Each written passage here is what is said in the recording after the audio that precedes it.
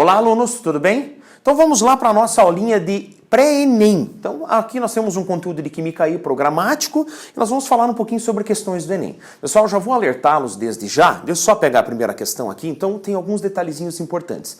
Naquela parte de separação de misturas, né, se é homogênea, se é heterogêneo, não há questões muito atuais do Enem. Então o que nós fizemos? Eu montei um material baseado naquele material que vocês receberam impresso e mais alguns adendos para a gente fazer um trabalho muito bem feito aqui. Então vamos lá. Primeira questãozinha aqui, ó.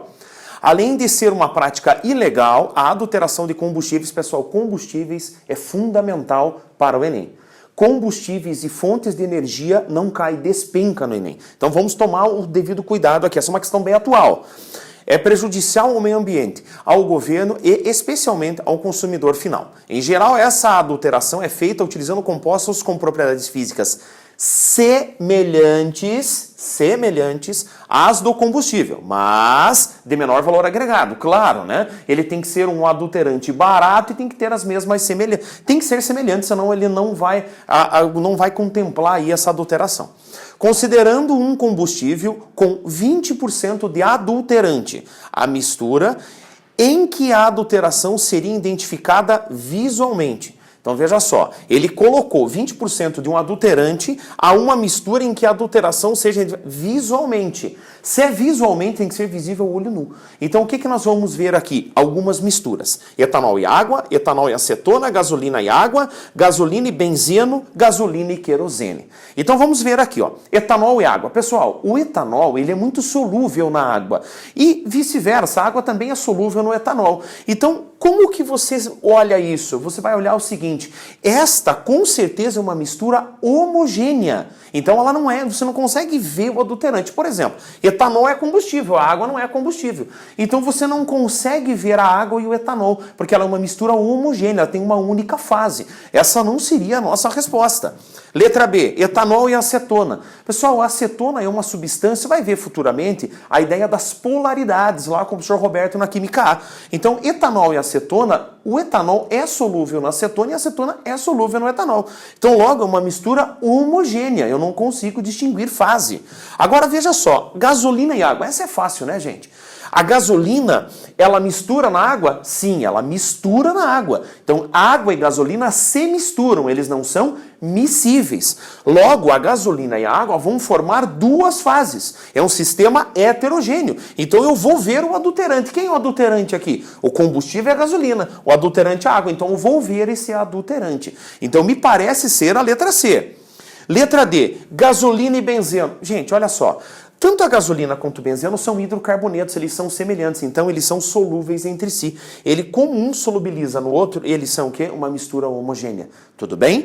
E a letra E, gasolina e querosene. De novo, são hidrocarbonetos, são semelhantes, um dissolve no outro, o querosene dissolve a gasolina dissolve o querosene. Logo, formam uma mistura homogênea. Então, qual que seria a nossa resposta para o Enem? A gasolina e água. Essa aqui é simples, né? Gasolina e água se misturam sim, tá? Olha as pegadinhas, eles se misturam, porém não são miscíveis, formam o que nós chamamos de mistura heterogênea.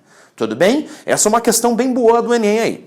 A próxima questão também é dessa ideia de separação de misturas. Nós vimos ali na nossa apostila, já número 2, nós estávamos falando sobre separação de mistura. Na perfuração de uma jazida de petrolífera, gente, de novo, combustível, a pressão dos gases faz com que o petróleo jorre. Ao se reduzir a pressão, o petróleo bruto para de jorrar e tem que ser bombeado. No entanto, junto com o petróleo também se encontram componentes mais densos. Ó, atenção, mais densos, densidade maior. Ele diz tais como água salgada, areia e argila, que devem ser removidos na primeira etapa do beneficiamento desse petróleo. A primeira etapa desse beneficiamento é a A. Decantação, evaporação, destilação, floculação ou filtração. Pessoal, vamos lá. Decantação. O que é uma decantação? Primeiro, após um tempo, as substâncias, água, areia e argila, por serem mais densas, ele deixou bem claro no texto, se depositam no fundo do recipiente. Ou seja, eu vou ter a mistura de areia, argila e água embaixo e terei o meu petróleo em cima. O petróleo vai ser o líquido sobrenadante. É um método fantástico de separação? Sim. Detalhe, é barato porque tem a ação da gravidade. Segundo, vamos ter que customizar, então é barato. Outra coisa, gente, além de ser barato, você vai ter que pensar na otimização do processo. Ele é um processo que funciona? Sim. Então, otimizado e também barato. Tá? Vamos ver se não tem uma resposta melhor. Evaporação. É utilizado para separar uma mistura sólido-líquido homogênea. Ele deixou bem claro, forma duas fases. O óleo e a fase de água, areia e argila. Então não é utilizada evaporação, porque é para uma mistura homogênea e não heterogênea. Agora vamos ver aqui, ó, destilação, utilizada para separar uma mistura sólido-líquido homogênea. De novo, não pode ser a resposta, tá? Aqui, floculação. Gente, floculação é um processo extremamente complexo. As etapas da floculação ainda não são bem, eu diria que estudadas, não são bem ainda definidas. O processo realizado após a coagulação, veja só, o que é a coagulação? Coagulação aprisiona as impurezas. Eu vou colocar um coagulante no tratamento de água. E aí, depois que eu fiz a coagulação, ocorre a floculação. É uma agitação lenta desse coagulado até formar os flocos para a decantação. Então, essas etapas da floculação ainda não são muito, eu diria assim, tem muitas etapas no processo de floculação que precisam ser melhor estudadas. Isso não é bem elucidado na literatura. Mas isso tem a ver com o tratamento de água e nada a ver com a separação dos componentes do petróleo. E a filtração, utilizado para separar uma mistura sólido-líquido. Gente, tem água no processo, então se você filtrar eu diria que esta mistura, eu vou separar argila e areia, mas não vou separar a água do petróleo. Então essa não é eficaz. Então a melhor resposta com certeza é a decantação, por diferença de densidade. Tudo bem? Uma questãozinha novíssima aqui, ela caiu faz 2 anos no Enem aí. Uma questão muito boa essa aí. Outra questão do Enem é a respeito de processo de separação. As centrífugas são equipamentos utilizados em laboratórios, clínicas e indústrias. Seu funcionamento faz o uso da aceleração centrífuga, obtida pela rotação de um recipiente e que serve para a separação de sólidos em suspensão em líquidos ou líquidos misturados entre si, né? Então é um processo de separação aí de uma mistura heterogênea, ele deixou bem claro no texto. Neste aparelho, a separação das substâncias ocorre em função das diferentes densidades, dos diferentes raios de rotação, das diferentes velocidades angulares, das diferentes quantidades de cada substância e das diferentes coesão molecular de cada substância. Veja que ele confundiu bastante você. Vamos ver a técnica, centrífuga. Pessoal, a centrífuga é muito simples. É um rotor, onde nós vamos ter aqui as minhas amostras nos tubos de ensaio. Isso aqui é de escala laboratorial, não é industrial. E aí nós colocamos a mistura aqui, e essa mistura, né, com a ação da força centrífuga vai fazer com que o mais denso vá para o fundo do recipiente e o menos denso fique como sobrenadante. Significa o quê? Que esta centrífuga, além de ser um equipamento extremamente caro, lembra da otimização, eu falei para vocês em aula, além de ser um processo caro, ele é um processo que acelera a decantação. Tá? Detalhezinho, centrifugação utilizada para separar uma mistura sólido-líquido, como aquilo que foi dito no enunciado. Detalhe, ela acelera a sedimentação ou decantação. Então é um processo rápido. Por exemplo, aqui eu posso ter uma amostra de sangue, por exemplo. Eu vou separar o plasma sanguíneo das células do sangue, né? Isso é feito rapidamente. Qual que é a ideia? A força centrífuga faz com que o mais denso vá para o fundo do recipiente. Logo, qual que seria a resposta mais adequada? Não tem outra a não ser das diferentes densidades. Porque como ele disse que é uma suspensão de líquidos, né? Ou necessariamente ainda nós vamos ter a separação de sólidos em líquidos, que é uma suspensão grosseira, eu posso separar pela diferença de densidade. Posso ter ação da gravidade? Posso, mas nesse caso aqui, eu vou ter aqui, eu diria que o suspenso, né? O sólido suspenso, ele pode ser um sólido ultra fino. Então, só com a ação mesmo de uma ultracentrífuga para eu separar. Então, aqui as outras não tem muito sentido. Diferentes raios, diferentes velocidades angulares não tem muito a ver, né? Diferentes quantidades de cada substância, posso ter a quantidade que for, né? Das diferentes coesão molecular de cada substância, não significa isso, coesão molecular. Isso nós vamos falar mais à frente, tá? Essa parte de coesão molecular foge um pouco de ensino médio. Isso aqui é mais ensino superior. Mas falaremos depois lá em propriedades das substâncias, tá ok?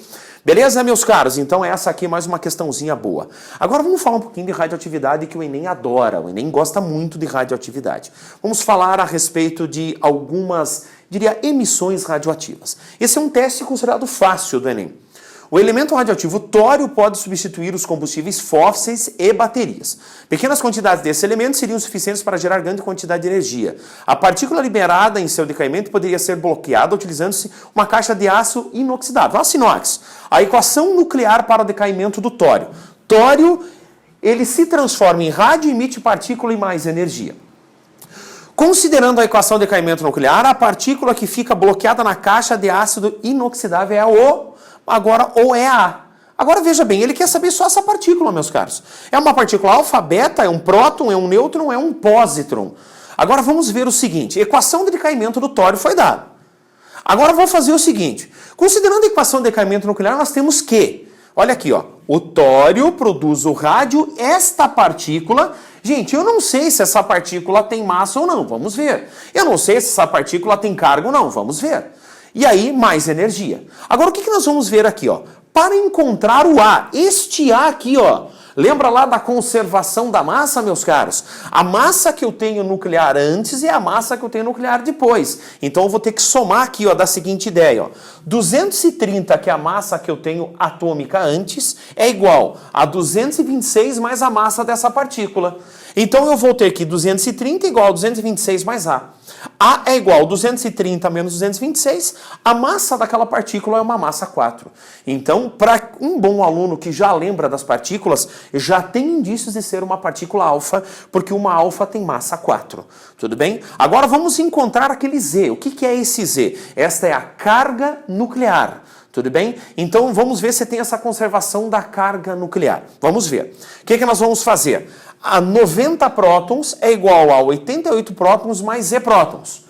Fazendo esta álgebra, que é uma álgebra bem tranquila, 90 menos 88 é 2. Gente, qual que é a nossa conclusão? Que essa partícula tem carga 2 e massa 4. Então, qual é a partícula que tem massa 4 e carga 2? Só pode ser quem? Uma partícula alfa. Então, essa reação nuclear é tório produz rádio, partícula alfa mais energia. Então, o tório é um emissor de partícula alfa. Qual que seria a resposta do exercício do Enem? Ele quer que você diga qual partícula é. Com certeza é uma partícula alfa. Por que não é uma beta? Porque a beta tem massa praticamente zero e carga menos 1. Por que não é o próton? Porque o próton tem carga 1 e massa 1. Por que não é o nêutron? Porque o nêutron tem carga 0 e ainda massa 1. O que é um pósitron? Gente, um pósitron é um antielétron. Ele é assim, se o elétron, que é considerado partícula beta, tem massa praticamente zero e carga menos 1, o pósitron tem carga mais 1 e massa praticamente zero. É um antielétron. Se você chamar assim, você já tira por eliminação. São nomes semelhantes, tá ok? Letra A seria a mais adequada para esse exercício. Gente, esse exercício é um exercício de meia-vida. O Enem adora meia-vida, né? O terremoto e o tsunami ocorridos no Japão em 11 de março de 1911 romperam as paredes de isolamento em alguns reatores da usina nuclear de Fukushima. Eu vou falar de Fukushima daqui a pouco de novo. O que ocasionou a liberação de substâncias radioativas. Entre elas está o iodo 131, cuja presença na natureza está limitada por sua meia-vida de 8 dias. Então ele te deu a meia-vida que é 8 dias. O tempo estimado para que este material se desintegre até atingir 1/16 da sua massa inicial é... Gente, aqui é um exercício bem simples. Ele quer saber o tempo. É 8 dias, 16 dias, 24, 32 ou 128 dias? Vamos resolver isso da seguinte forma. Para encontrar o número de meias-vidas, nós temos que... Bom, primeiro, gente, no começo do decaimento eu tinha 100%, 1 sobre 1. Ou simplesmente 1, como queira. A minha massa inicial era 1. Eu tinha 100% na minha amostra radioativa. Passados um período de semidesintegração, uma meia-vida, ele foi a metade. Isso é meia-vida.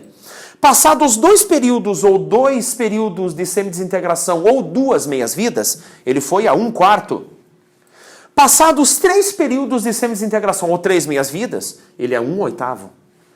Passados 4 meias-vidas ou 4 períodos de semidesintegração, ele foi 1 sobre 16 alvos. Então o que é isso? Gente, olha só, é bem simples. A cada meia-vida a amostra cai a metade. Então, se eu tinha 100%, aqui é 50%, aqui é 25%, aqui é 12,5% e assim sucessivamente. Então nós temos 1 sobre 16 avos. Quantas meias-vidas? 1, 2, 3, 4 meias-vidas. Pessoal, fundamental. O que é a definição de meia-vida? Tempo necessário para que metade da amostra radioativa se decomponha. Então, esse é o tempo para que cai a metade, outra metade da metade e assim por diante. Esse tem um comportamento exponencial. Nesse material impresso que vocês têm, tem um gráfico lá mostrando o comportamento exponencial. O que é uma meia-vida? É quando o gráfico, que tem esse jeitão, ele sai da amostra inicial e cai 50%. Esta é a ideia, esta é a meia-vida. Então nós temos 4 meias-vidas. Por ter 4 meias-vidas, né? 4 meias-vidas, eu tenho que x é igual a 4, porque nós temos uma equaçãozinha que eu mostrei para vocês em aula, que é o tempo da amostra é igual ao tempo de meia-vida vezes o número de meias-vidas. Logo, o tempo de meia-vida no enunciado é 8 dias. Vezes o número de meias-vidas, que foi 4, nós temos um total de 32 dias. Gente, esse é um exercício considerado de fácil médio no Enem. Esse é um exercício bastante recente aí. Eles gostam bastante dessa ideia de meia-vida. Tudo bem? Beleza? Vamos ver, esse é um exercício que dá como resposta a letra D, 32 dias. É só marcar lá e ser feliz do Enem. Gente, esse é o exercício lá, o exercício 30 do seu materialzinho. Ele mostra também a ideia de meia-vida, só que eu vou mostrar uma outra forma de resolução. Veja só, lá eram 4 meias-vidas, eu fiz do braço. Agora veja esse. É um exercício federal do Piauí, mas é um exercício muito bom e tem a cara do Enem. Já apareceu isso no Enem? Sim, várias vezes. Na indústria nuclear, os trabalhadores utilizam a regra prática de que a radioatividade de qualquer amostra se torna inofensiva após 10 meias-vidas. Gente, já imaginou? 10 meias-vidas? Uma meia-vida, 2 meias-vidas, até 10. Para fazer isso no braço é muito trabalhoso. Então, o que mudaria isso aqui para o Enem? No Enem teria um texto maior, essa é a ideia. Indique a fração que permanece após esse período. E ele te deu isso em porcentagem. Então vamos fazer o seguinte, 10 meias-vidas. Gente, existe uma fórmula para você calcular a massa ou a porcentagem final. Qual seria isso? A massa é proporcional ao número de átomos. O que é essa ideia de meia-vida? Meia-vida é o número, é o tempo necessário para que metade da amostra radioativa se decomponha. Então, o número de átomos radioativos presentes na amostra, ele é proporcional à massa. Basta você pegar a massa molar e fazer o cálculo. Dá na mesma, né? A ideia de estequiometria básica. Então, nós temos o seguinte, que a massa, veja que isso aqui eu já falei para vocês em aulas passadas, a massa final de uma amostra radioativa é igual à massa inicial dos átomos radioativos presentes na amostra, divididos por 2 elevado aos número de meias-vidas. Por quê? Isso é obrigatoriamente meia-vida, né? Uma exponencial. Então, o que nós temos? Pelo enunciado, nós temos 10 meias-vidas. Então, significa que x é igual a 10. Temos 10 meias-vidas. Então, já tem esse valor de x. Vai ser 2 elevado à décima. Você já imaginou fazer isso aí por tentativas? Né? Imagina uma meia-vida, 2 meias-vidas, dá um trabalhão. Aqui é só substituir na equação e ser feliz. Agora, vamos ver aqui. Ó. A minha massa inicial, o que é a minha massa inicial? É 100% da amostra radioativa, ou seja, 100% dos átomos radioativos presentes na amostra. Então, o que eu vou fazer? Eu vou substituir. O meu M é igual a 100% dos átomos radioativos, que é a massa inicial, o número de átomos é proporcional à massa, automaticamente divididos por 2 elevado à décima. E agora, o que nós temos? 2 elevado à décima é 1024. Então, nós vamos dividir 100% dos átomos radioativos presentes nessa amostra, divididos por 1024. E nós vamos ter que isso equivale a 0,0976%. Como ali eu tenho 976, eu posso arredondar para 98 se você quiser. Então, automaticamente, a única resposta possível é essa aqui, ó, 0,098%, que é o que dá para a nossa letra A. Tá? A diferença no exercício do Enem é que ele teria um texto muito maior para você interpretar. Tá? Esse é um teste tido como fácil aí para o Enem. Tudo bem? Beleza? Veja que não tem coisas muito difíceis englobando isso para o Enem. Beleza? Gente, esse é o teste 27 da sua apostilinha. Vou falar de Fukushima aqui de novo. Eu só diminuí a letra para que ele caiba totalmente aqui, ó. Vamos lá para o nosso último teste. O debate em torno do uso da energia nuclear para a produção de eletricidade permanece atual. Em um encontro internacional para a discussão deste tema foram colocados os seguintes argumentos. Primeiro argumento. Uma grande vantagem das usinas nucleares é o fato de não contribuírem para o aumento do efeito estufa, uma vez que o urânio, utilizado como combustível, não é queimado, mas sofre fissão. Né? Então é a fissão nuclear que gera essa energia. É uma energia limpa, eu já falei isso para vocês em aula, já foi uma discussão calorosa a respeito disso. Ainda que sejam raros acidentes com usinas nucleares, seus efeitos podem ser tão graves que essa alternativa de geração de eletricidade não nos permite ficar tranquilos. Sim, né, gente? Os acidentes nucleares geralmente são catastróficos. A respeito desse tema, ele pergunta se o primeiro é válido e o segundo não é, né? O segundo é válido e o primeiro não é. Daí ele diz que o segundo é válido e o primeiro é irrelevante. Ele diz que ambos são válidos e diz que ambos são irrelevantes, né? Enfim, já vamos ver aqui. Vamos analisar o seguinte. Uma grande vantagem das usinas nucleares é o fato de não contribuírem para o aumento do efeito estufa. Verdadeiro, né? Não tem queima de combustível, como é o combustível fóssil nas termoelétricas. Uma vez que o urânio, utilizado como combustível, não é queimado, mas ele sofre fissão e ele libera energia. Gente, isso aqui é extremamente verdadeiro. Olha só, o urânio 235 com o número atômico 92, o físsil é o 235, o 238, que é outro isótopo, não é físsil. Ele colide com um nêutron, este nêutron decompõe ele em bário, criptônio, 3 nêutrons e uma quantidade enorme de energia. Eu estou falando de muita energia, né? Só para vocês terem uma noção, 1 mol de urânio, que é 235, abastece Curitiba inteiro com praticamente 2 milhões de pessoas por praticamente 1 hora de energia. Eu estou falando de 235 gramas de urânio. A energia é colossal. Tudo bem? Então isso é verdadeiro, né? Então a gente tem que admitir que ele não contribui para o efeito estufa, né? Qual que é o único problema? O lixo nuclear que tem que ser devidamente armazenado, né? E descartado de forma responsável.